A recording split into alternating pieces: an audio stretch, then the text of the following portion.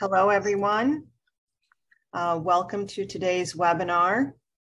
I am Brenda Van Nest. I am the Director of Membership Development at the Medical Society of the State of New York.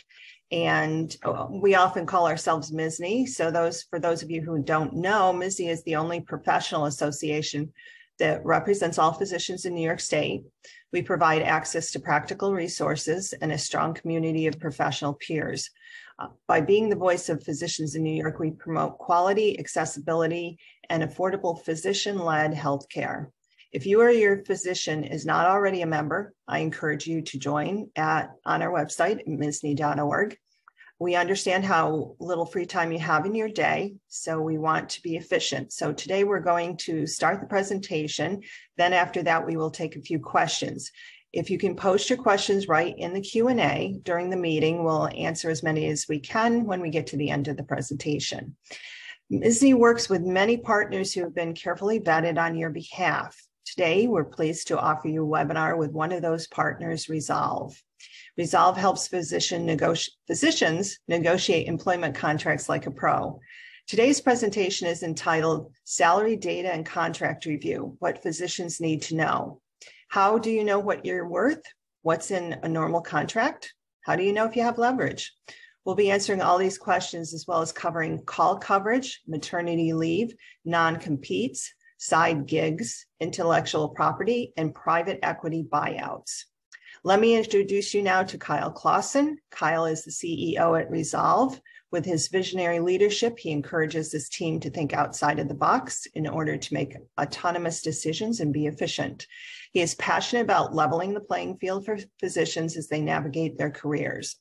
Outside of work, we are most likely to find Kyle on the golf course, spending time with his kids, wife and 3 kids. Can't forget the wife, or coaching his son's basketball or baseball team. And with that, Kyle, it's all yours. Thank you. It was a very kind introduction.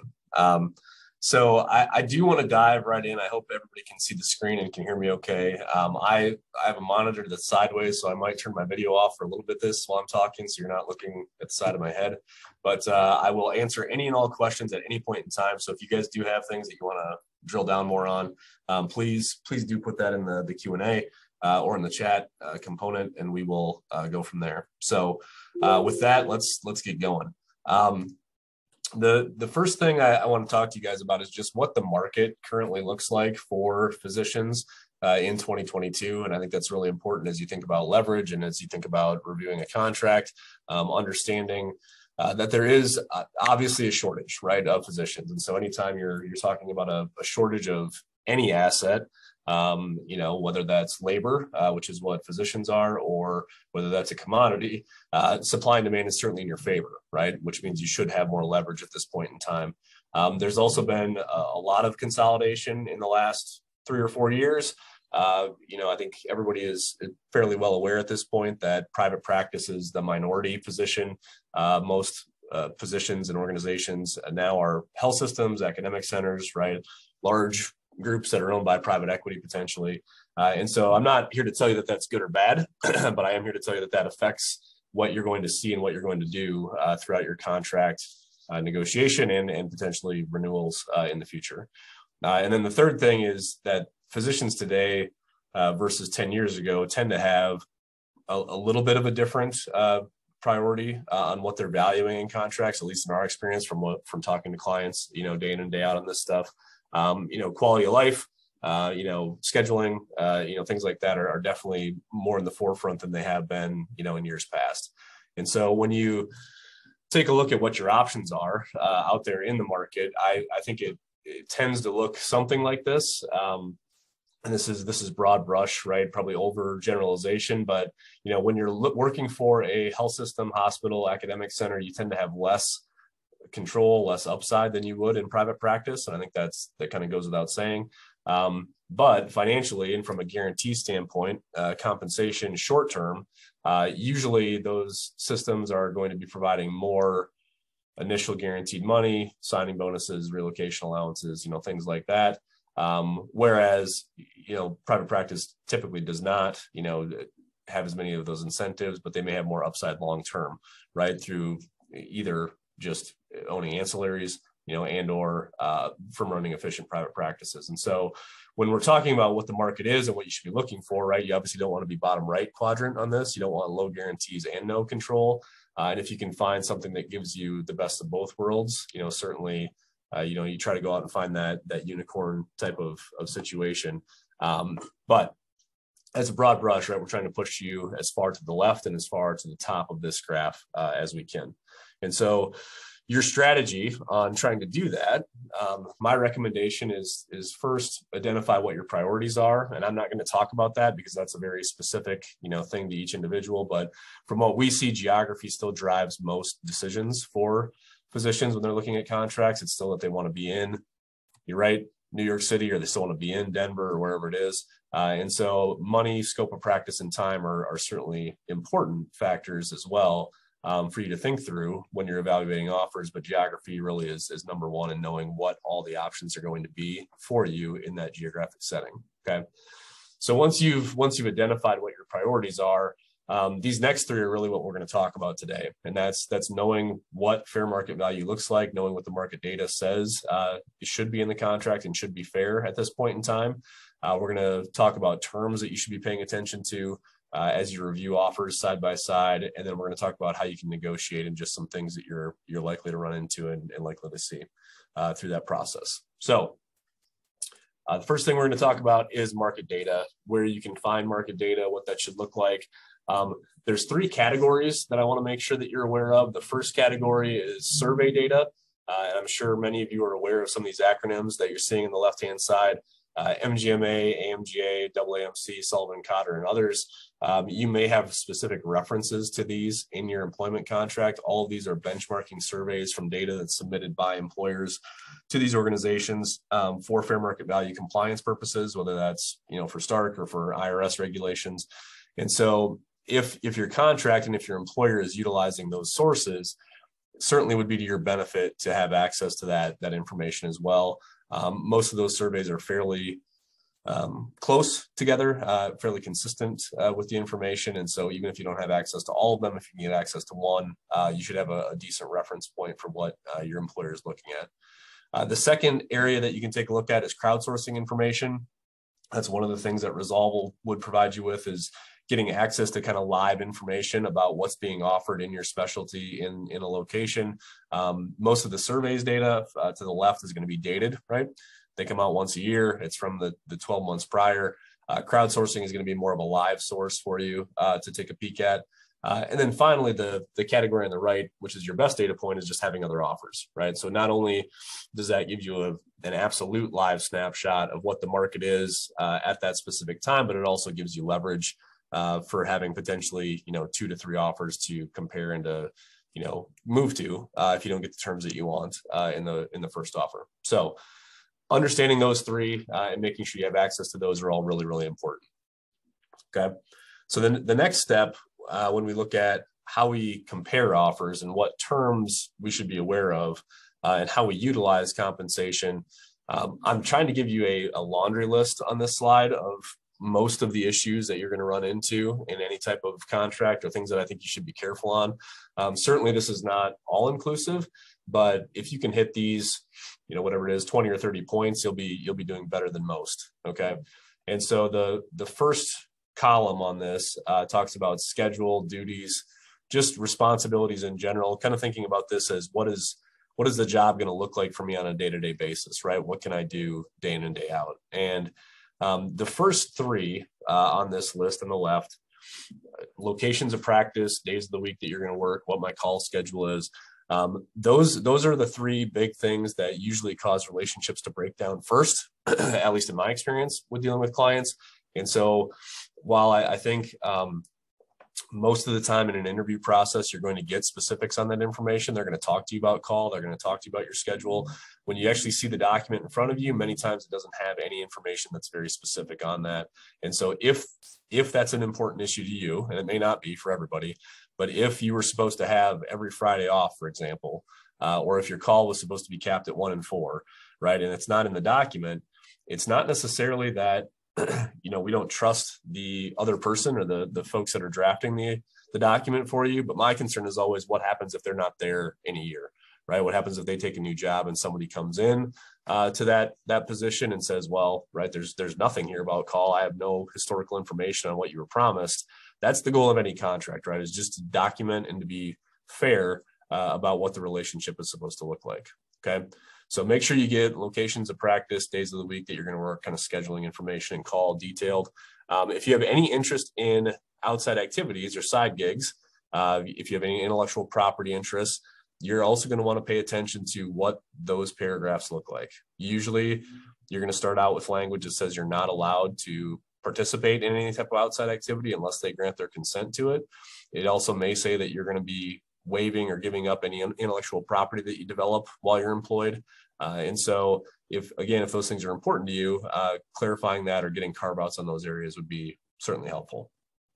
And then finally, if you do have any concerns on supervision of APPs, right, physician assistants, nurse practitioners, et cetera, and or if you need certain time allocations for things like admin time or research time, all of that should be documented as well in that, component where they're talking about duties and responsibilities. Okay. The next area that we want to make sure you're careful on and that you're paying attention to is obviously compensation and benefits. Everybody wants to be paid fairly. Everybody wants to have a compensation package that is at fair market value. And so when you take a look at what's possible and what type of components you should be thinking about, these are the different things that we see. And then some of this varies based on location, but most contracts are still on a base salary guarantee plus production model type of framework. Okay. And we're going to walk through a compensation model in a second of the different possibilities of what production bonuses look like and how they can be calculated. But almost all of them are going to have those two components included. The things that you may or may not see are kind of the next 3 or 4 bullets. Signing bonuses and relocation allowances are very common. Roughly, 90 to 95% of the contracts we see have a relocation or moving allowance with them. About 70% of the contracts we see have signing bonuses with them. So, if those are missing from your offer, it certainly would be something to pay attention to. And then if you're in a area of extremely high demand, or if if the employer's been looking right for your specialty for a long time and had a hard time recruiting, you may also see things like student loan forgiveness, retention bonuses, or maybe even stipends, while you're completing training, if you're that early on in your career. And so understanding, kind of the market dynamics again of what supply and demand looks like for that location is important to know how hard you should push on those areas. The one bullet here in the middle, or category in the middle, is quality components. In the last 3 or 4 years, there's been a push towards quality. We're still not seeing that reflected very heavily in the documents that we look at, as far as that being a large factor in your total compensation. Usually that's going to be 10% or less of your total comp, and it's going to be subject to a variety of factors. Some of them are, in my opinion, a little bit out of your control. And so if you see a quality bonus that's beyond 10% of your total comp, I think it'd be something to pay extreme attention to and to try to negotiate, that percentage down if you can.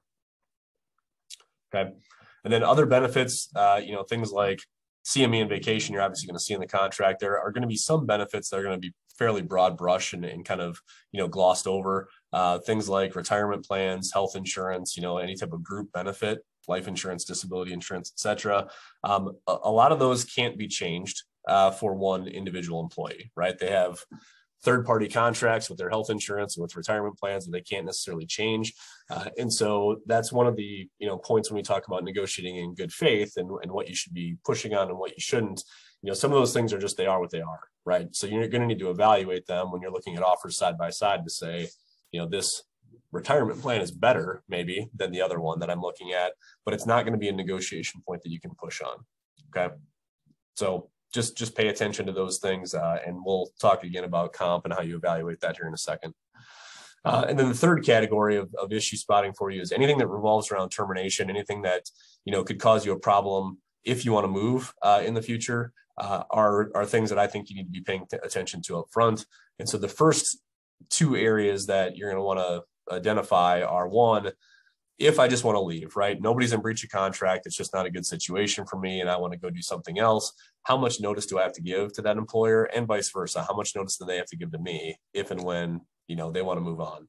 Okay, that's called without cause termination. Usually you're going to see between 2 and 4 months from a time frame on that, but there are caveats and there are carve-outs. So there are times when there is no without cause termination for the first year or two. There are times when, there may be a, short-term probationary period where they can terminate you immediately for the first 2 or 3 months, right? Obviously, some of this stuff cuts both ways on this topic, and so whatever change you're asking for, you have to be careful on having it apply to you as versus also having it apply to them. Okay. The second category in termination is what's called for cause termination. These are kind of the common sense items. You lose your license, you're unable to work because you're under the influence. Those the type of things that can obviously term for cause. Anything that's really subjective in those areas, though, you're going to want to be careful on. If it says that you violate a policy or procedure of the employer, and that's grounds for immediate termination, I certainly would be careful on that because it's unlikely that you're going to know every single policy, or procedure of the employer. And so making sure you have notice and opportunity to cure on those areas is really important. And so once you know how the contract terminates in those first two categories, the next two items are most important for you. So whether or not you have malpractice insurance, whether or not you have tail coverage post-termination is a financial issue. So if you are on a claims-made policy, right, which means if a claim comes in after you leave, you're not covered, you're going to need to have tail in place. And so tail has a real cost to it. It's generally 1.5 to 2 times the annual premium for what you pay. And so on an annual basis, so if your malpractice insurance is $20,000 a year, tail is going to be a one-time cost of $30,000 to $40,000. And so obviously that's potentially as significant as a signing bonus or any of those other compensation components early on.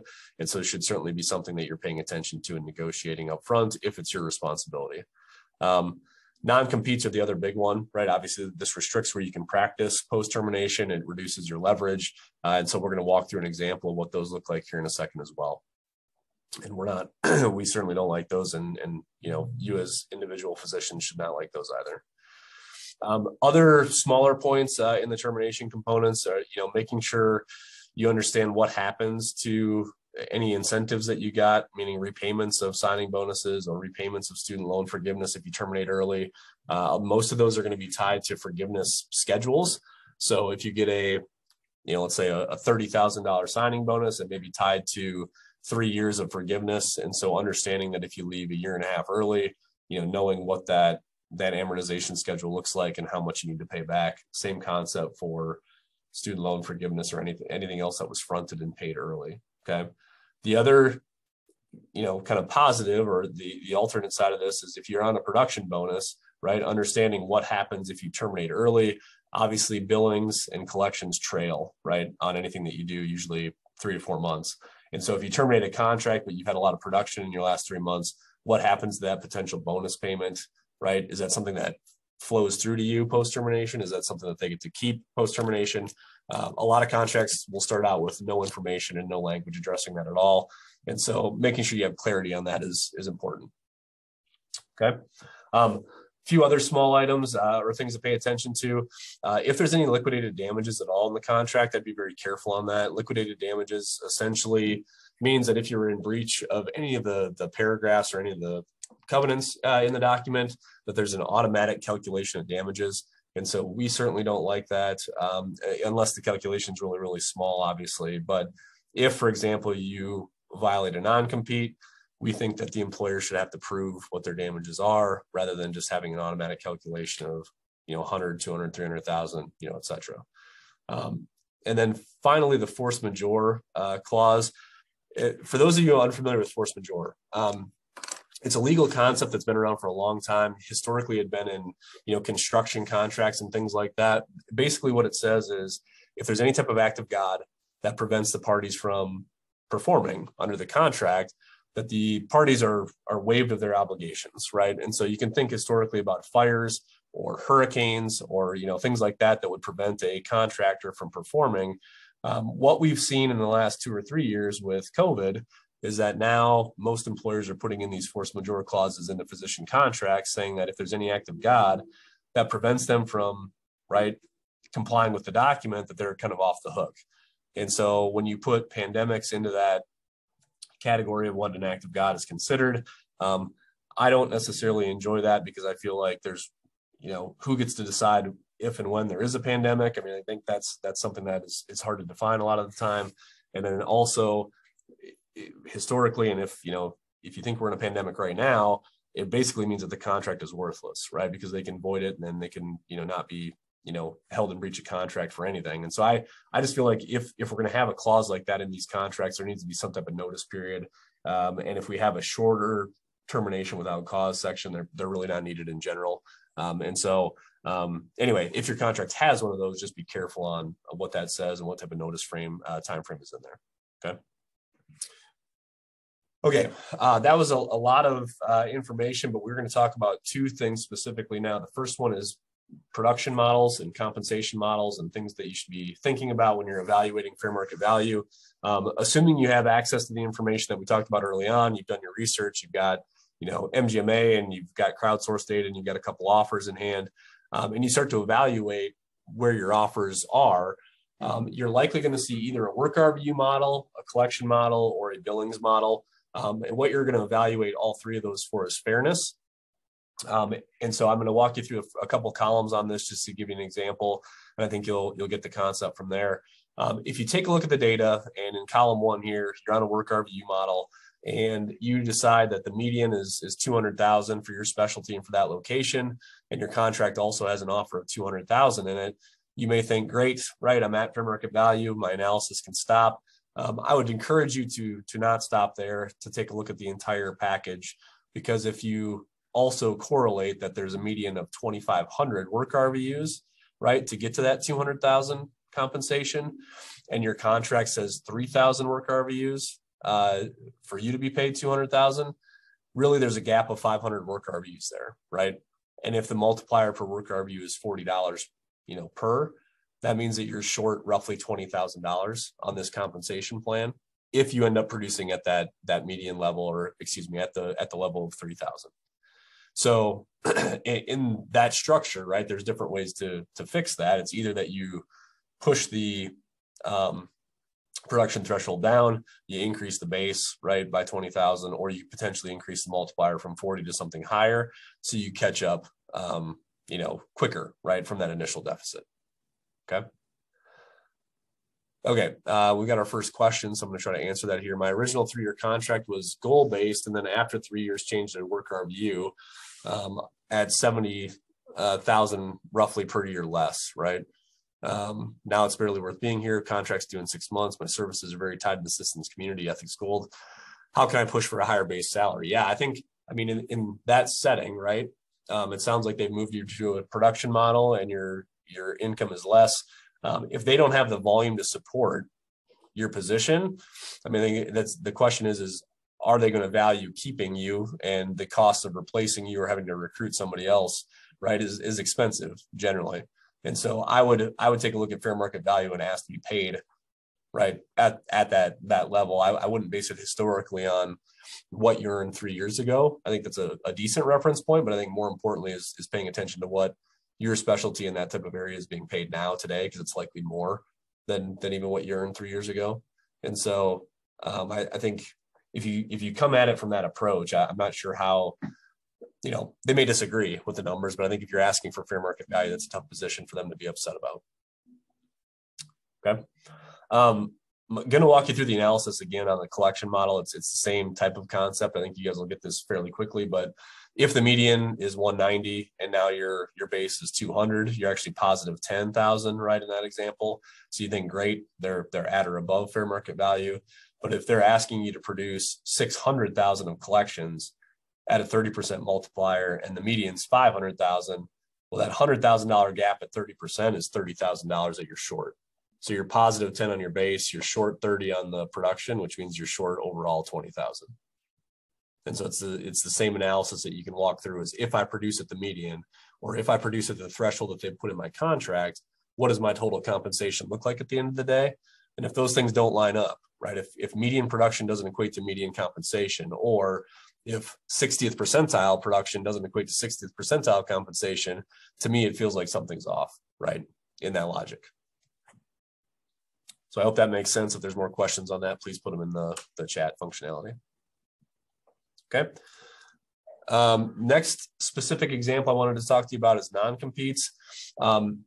Non-competes are going to restrict where you can work for a certain amount of time post-termination of the contract. Okay. And so that seems straightforward enough, right? It's 2 years and 10 miles from where I work. But the issues I want you to think about is that with most employers now being large and most having multiple locations, you need to be very careful on which locations they're drawing the circles from. Where do these 10-mile circles apply? Is it just my primary location? Is it multiple locations? That type of definition is often missing from the non-compete. And so you want to be very careful on that. You also should have some exclusions in the non-compete for things like if they have to terminate you without cause, right? Or if they're in breach of contract, or if there's a force majeure event, right, that has them terminating your contract. I mean, all of those things should wipe out your non-compete, in my opinion. And if you're in private practice, certainly if they, we get bought out, right, or sold before you become a partner, that obviously changes the situation for you. And I think there's, definitely some negotiation that needs to happen around these points. They can be used as almost an offensive, right, tool or tactic where they recruit people to town. They have them into a non-compete, right? And then at that point, there's no leverage because there may only be 2 or 3 employers in town. And if they can blanket that area, right, they're really not leaving you with any options. And so whether or not that's enforceable, right, whether or not a court would come in and say, yes, right, we think that non-compete is valid and it's reasonable, for your specialty and for that situation is, not a position I think that you want to have to be in. I don't think you want to have to go through that process to find out. You'd rather negotiate it up front and try to reduce that if at all possible. Okay. All right, last topic I want to hit on, and then I'll take any and all questions. Negotiating and how do I negotiate is a question that comes up all the time.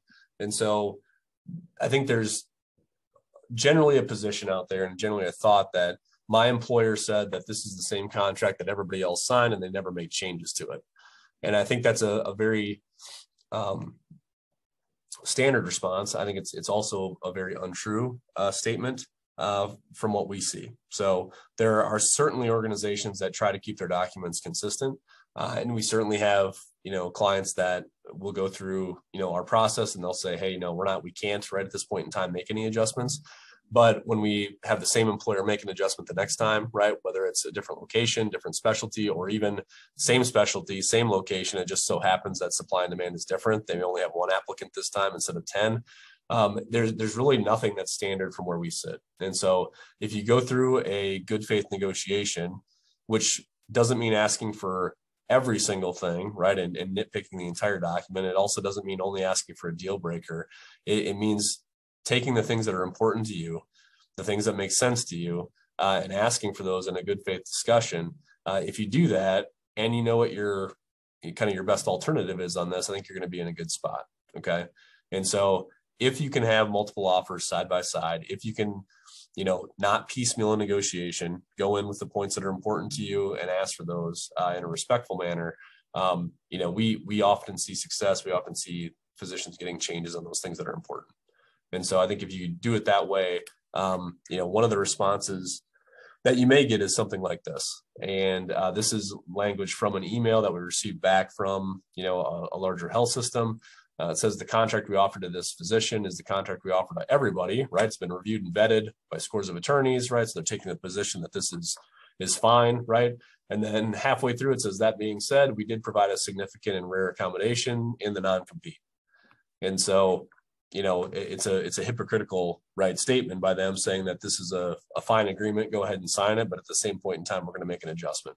So I don't think you're ever going to know whether or not this response comes back unless you ask. And so if you are aware of the issues, you know what fair market value is, and you make the request, I think you're certainly going to put yourself in a better position. So that was my half hour of kind of giving you guys the high lay of the land on this, and I'm happy now to answer any questions that you have.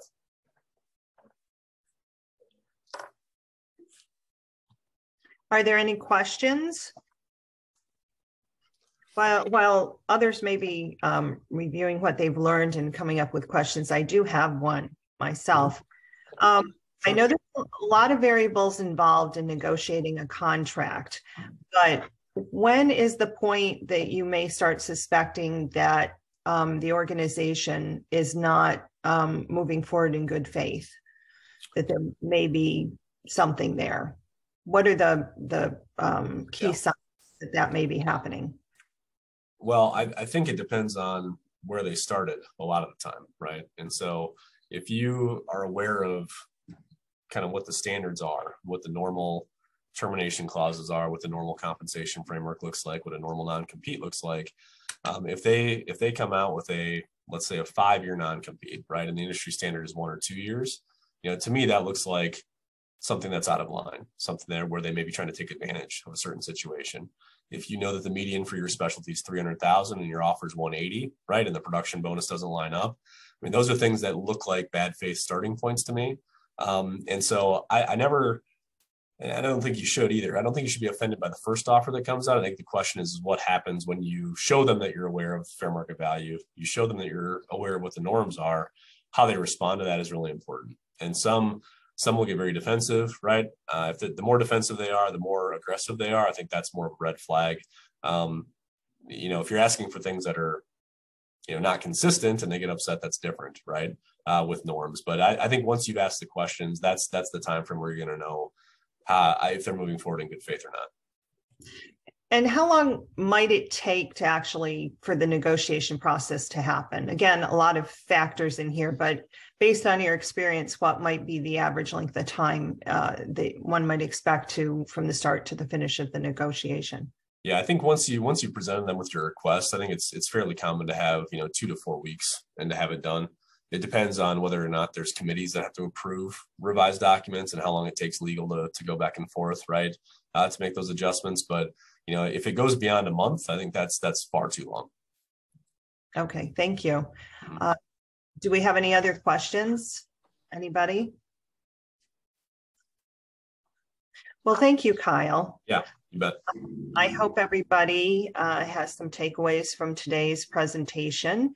And on behalf of MSSNY, I'd like to thank you for sharing your expertise and your time with us. And thank you to everyone else for joining us. Once it's ready, we'll get the link to this webinar on the MSSNY website. Again, for those of you who are not members of MSSNY, I sincerely hope you will consider it.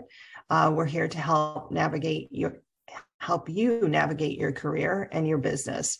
To everyone else, thank you for your continued support, and we hope to see you at the next MSSNY program on December 14th. The topic is cybersecurity and locking the back door.